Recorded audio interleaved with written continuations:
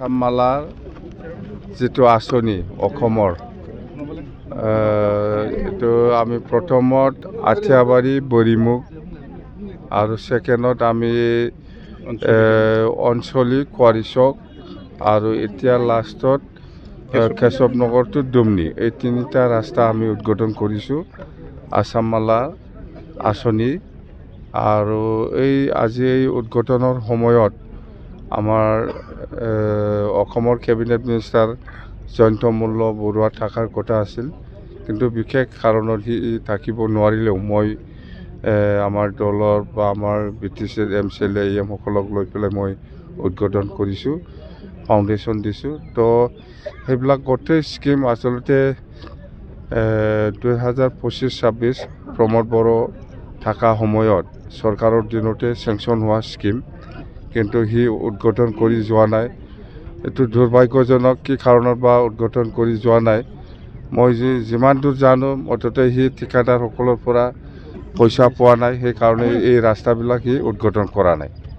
কথা সেইটোৱেই সদায় খাবৰ কাৰণে চিন্তা কৰে কিন্তু আমি অহাৰ লগে লগে সেইবিলাক কথাটো আমি গম পাই আজি এই অকল তিনিটা নহয় টোটেল 6টা আসাম মালা আণ্ডাৰৰ আমাৰ BTCত আছে সেইখিনি ৰাস্তাবিলাক আৰু আমাৰ সিফালে গোসাইগাঁৱত এটা আছে আৰু সেই কিবা আৰু এটা আছে পৰ্বতজৰা এটা আছে সেইখিনি ৰাস্তা আমি অতি সোনকালে আৰু উদ্বোধন কৰিব তো আমাৰ ETC অঞ্চলত আৰু আমাৰ বহুত আছে নাবাৰ্ডৰ ৰাস্তা আছে আৰু আমাৰ CM গুডউইল মিছনৰ কিছুমান ৰাস্তা আছে সেইখিনি ৰাস্তাও আমি কৰি আছোঁ কিন্তু এইবিলাক গোটেই ৰাস্তা কিন্তু আমাৰ এতিয়া নতুন চৰকাৰ অহাৰ লগে লগে আমি যে নতুন স্কিম ধৰি পেলাই চেংচন হৈছে এইটো নহয় এইবিলাক যিখিনি মই ৰাস্তাৰ কথা কৈছে গুডউইল মিছনৰ চেমচাৰৰ গুডউইল মিছনৰ ৰাস্তা বা এই আসাম মালা ৰাস্তা বা 2020 চনৰ 27 জানুৱাৰীত চুক্তিৰ দ্বাৰা কিছুমান ৰাস্তা বনোৱা বা ইনফ্ৰাষ্ট্ৰাকচাৰ বনোৱা সেইবিলাক গোটেই স্কিমবিলাক প্ৰমোদ বড়োৰ দিনতে চেংচন হোৱা কিন্তু প্ৰমোদ বড়োই সেইবিলাক ফাউণ্ডেশ্যন কৰা নাই মতলবটো কি নিজে চুক্তি কৰি পেলাই পইচা আনিছে আজি ফাউণ্ডেশ্যন সময়ত নাই ইনফ্ৰাষ্ট্ৰাকচাৰ এনেকুৱা যেনিবা আপোনাৰ চাওক এই যে ওদালগুৰিত স্পৰ্টছ একাডেমি 176 crore না কিমান বা মুঠতে 100তকৈ বেছি এইবিলাক প্ৰমোদ বড়োৰ দিনতে চেংচন হোৱা বা প্ৰমোদ বড়োই নিজে বনাম বুলি চেংচন কৰা কিন্তু ইহঁতে সেইটো এই স্কিমটো ইহঁতে ফাউণ্ডেশ্যন কৰা নাই কাৰণ কি নিজে আনিছে নিজে ফাউণ্ডেশ্যন নিজে বনাব ইচ্ছা নাই তাৰমানে খাব পোৱা নাই খাব পালে নিশ্চয় এইবিলাক ফাউণ্ডেশ্যন কৰিলে হয় তো এনেকুৱা মেলা স্কিম আছে প্ৰমোদ বড়োৰ দিনত চেংচন হোৱা গভৰ্ণমেণ্ট অফ ইণ্ডিয়া বা গভৰ্ণমেণ্ট অফ আসামৰ চেংচন হোৱা স্কিম মেলা আছে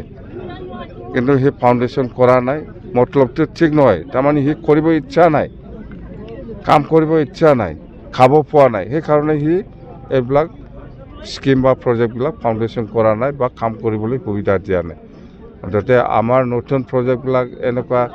আমি এতিয়া নতুন চিন্তা কৰিছে বহুত ৰাস্তাৰ আঁচনি আমাৰ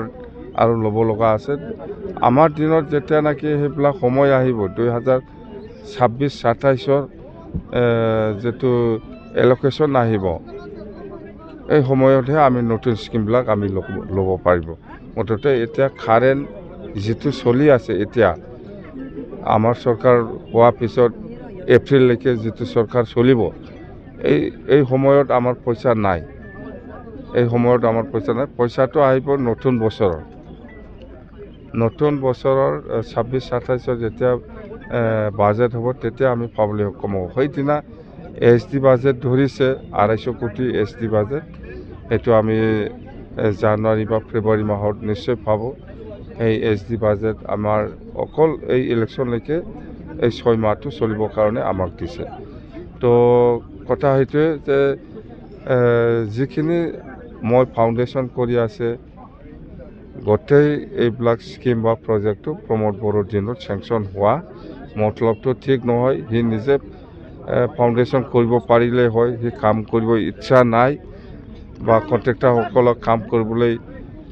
সুবিধা দিয়া নাই। তো যেন হওক আমি আহি পোৱাৰ লগে লগে এতিয়া বহুত ফাউণ্ডেশ্যন কৰি আছে প্ৰমোদ বড়োৰ দিনত চেংচন হোৱা